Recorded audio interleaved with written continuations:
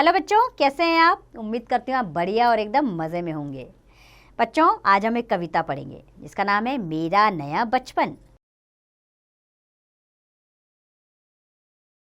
बच्चों, बचपन के दिन हम सभी के जीवन के बड़े मज़ेदार दिन होते हैं जिसमें किसी प्रकार की कोई चिंता नहीं होती और खेलने, उछलने, कूदने, खाने पीने का बड़ा आनंद होता है।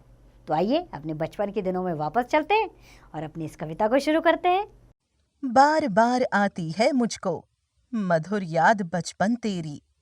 गया ले गया तू जीवन की सबसे मस्त खुशी मेरी।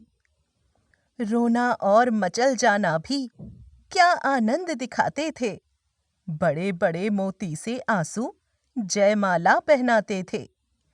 मैं रोई, माँ काम छोड़कर आई, मुझको उठा लिया।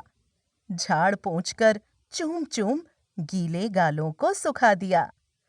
मैं बचपन को बुला रही थी, बोल उठी बिटिया मेरी। नंदन वंशी फूल उठी यह छोटी सी कुटिया मेरी। माओ कहकर बुला रही थी, मिट्टी खाकर आई थी। कुछ मुंह में, कुछ लिए हाथ में, मुझे खिलाने आई थी। मैंने पूछा, यह क्या लाई? बोल उठी वह, माँ काओ। हुआ प्रफुल्लित हृदय खुशी से। मैंने कहा, तुम ही खाओ।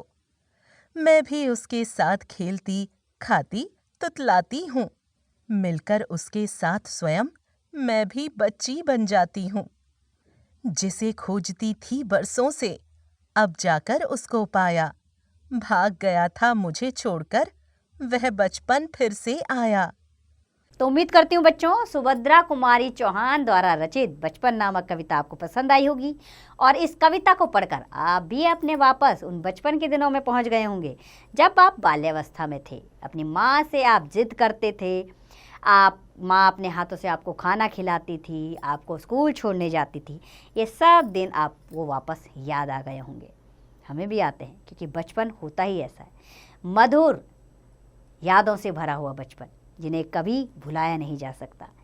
इस पाठ से हमें यह सीख मिलती है कि अपने बचपन को हमें अच्छे से जीना चाहिए, पूरे आनंद से जीना चाहिए, क्योंकि ये वापस लौट कर नहीं आता। अब इस कविता का अभ्यास कार्य आप स्वयं कीजिए।